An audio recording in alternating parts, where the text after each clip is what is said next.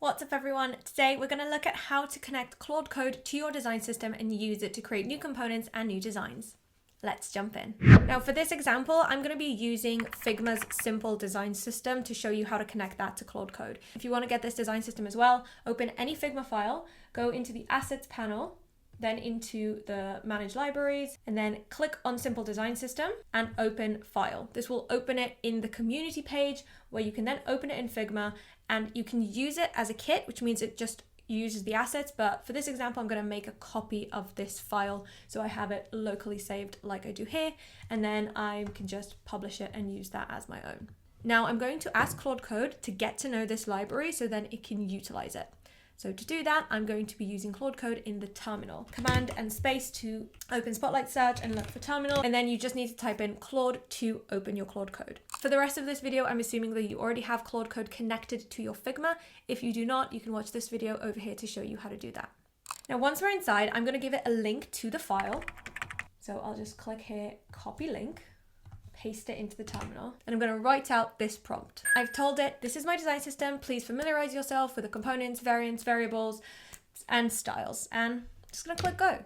Now, while Claude Code is working, it might ask you some questions and you might need to approve certain things. So just stay on top of it while it's working. It might also throw up this error saying like, this is not a valid code because we're giving it a link to an entire file rather than a specific element inside the file, but it will get over it quick, don't worry. So I have loaded this design system previously, and you can see that it's telling me, I'm familiar with this. What do you want? Like, I've got this, I've got this, I've got this. Is there anything specific you'd like me to look at? But for you, it might look slightly different, but just go with it and see what it comes out with in the end when it's all connected. Now, let's actually see how we can use this. So let's say I want to create a brand new design using this design system and component library. So I'm just going to give it a prompt and ask it to use that component library. So I'm going to ask it, design a landing screen for a simple website for a design studio called Sunshine Design. Make sure to use the components from the simple design system library. At this point, I could have linked it to that library as well, especially if you have multiple ones connected, you could do that.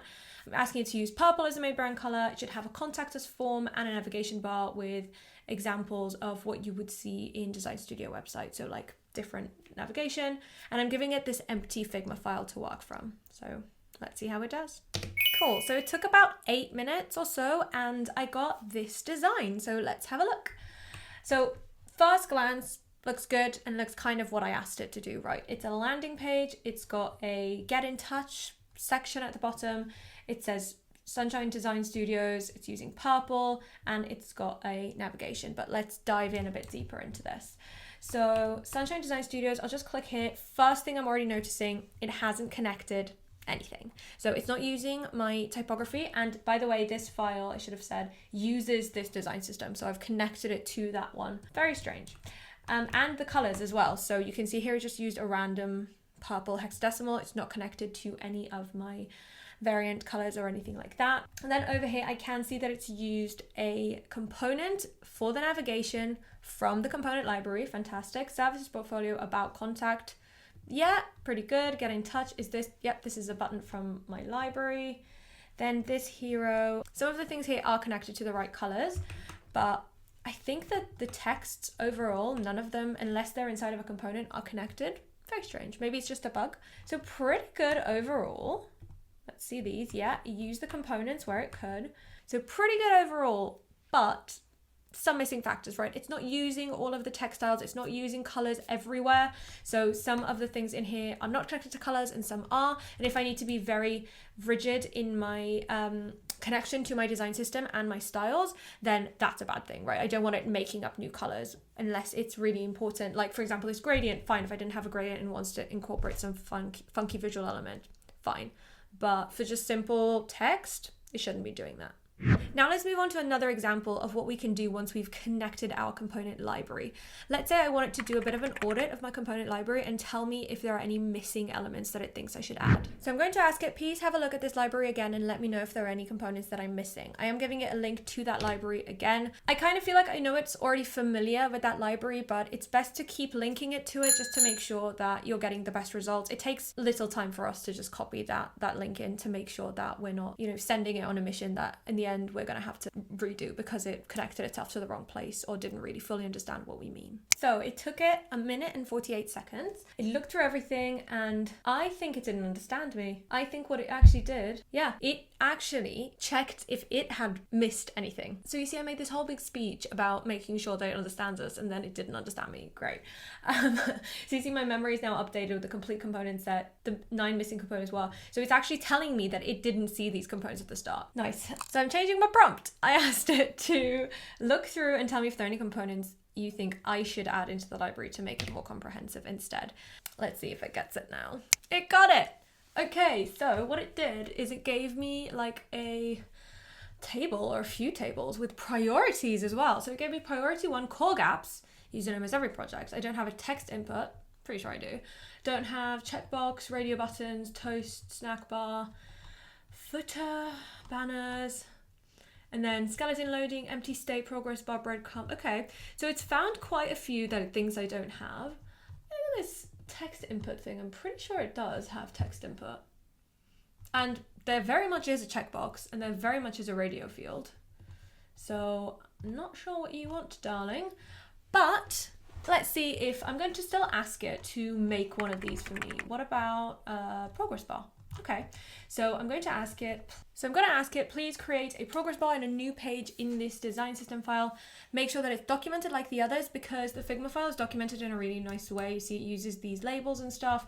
And also a lot of the times you'll have like an explanation next to it to explain how it all works. Not sure it will be able to do that. And then I've also asked it to use variables and styles for text and colors. I wonder if when it's in this file, it will use the text styles. So let's see.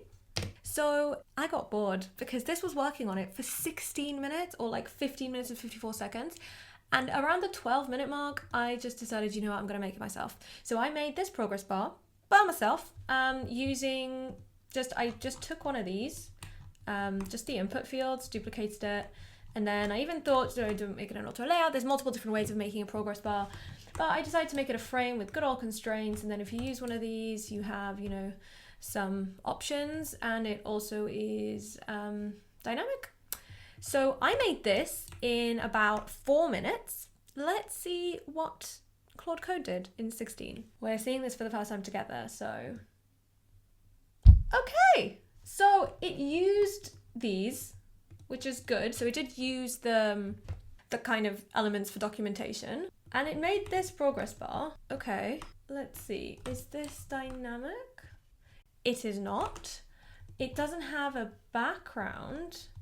Let's try the positive one. Yeah, not dynamic either. It has 3 sizes, large, medium, small, and it's got brand, positive, danger, warning, neutral, which are different types of like semantic colors, but it doesn't have option to change the progress of it. Is it set up? It's not even set up like an auto layout, so I can't even like change the padding, which is one way to do a progress bar in Figma. So I'm gonna call this a big old fail for Claude Code. 16 minutes, I would expected way more. And yet another reminder that we are still better than the machine. Yeah, I'm really gonna back my 4-minute version over Claude's 16-minute one. Soz babe. Moving on to one less example of a normal designer ask or workflow and seeing how Claude Code can handle that. So again, while it was doing that for 16 minutes, I also designed this page, basing it on one of the examples from the design system. So choose your subscription, basic, pro, ultimate, with some kind of options in there. And what I'm going to ask Claude Code to do is create the next step in this flow. A very common thing for us to do as designers. Maybe it's a confirmation page once you've selected one of these, maybe it's a payment. I'm actually going to ask for a confirmation page. So I'll copy this design. I'm just commanding an L. So I've asked it, please have a look at this page and the page where a user will select a subscription. By the way, I do not spell check myself with AI. It should do that for me. It will select the subscription that they want to go with. Please design the next page in this flow where they get a confirmation for the selection with a playback of what they go for. Do it as if they selected the pro subscription. So on here, I've got basic, pro, and ultimate. I'm going to ask it to use this. Let's see what it does, how long it takes, and what will I do because I get bored. So this time it took 8 minutes. Loves this 54 seconds. It took 8 minutes this time. And it's saying confirmation page incomplete. It did a header, hero, pro plan card, order summary, footer. Let's have a look. Okay, this is cute. So it's saying pro selected, you're going pro, 50 a month, build monthly. So it knew that. It took this, made it bigger, just checking that everything's in there. Nice. Order summary, pro plan 50, build monthly, starts from 5th of April. Great, that's today's date as well. Total due to day 50, excluding confirm and subscribe change plan. Okay, actually, not that bad. I was prepared to roast this, but it's not that bad, to be fair. So we had some good examples and some bad examples here today. Like I said, and I will keep saying, it's not coming to replace us anytime soon. Claude Code and all the other AI tools that are designing at the minute are, I think, good for people who are not designers and want to ideate super quickly or have a plan and just want to write it down in text and see how it goes. Still a lot of, everything looks the same. But for creating real designs, you've seen the examples. Let me know in the comments how you're getting on with AI, if you're using it and getting great results or getting similar results to what I got, which is hit and miss, and you just have to kind of wait around and see. Either way, hope you enjoyed. Please like and subscribe, and see you at the next one.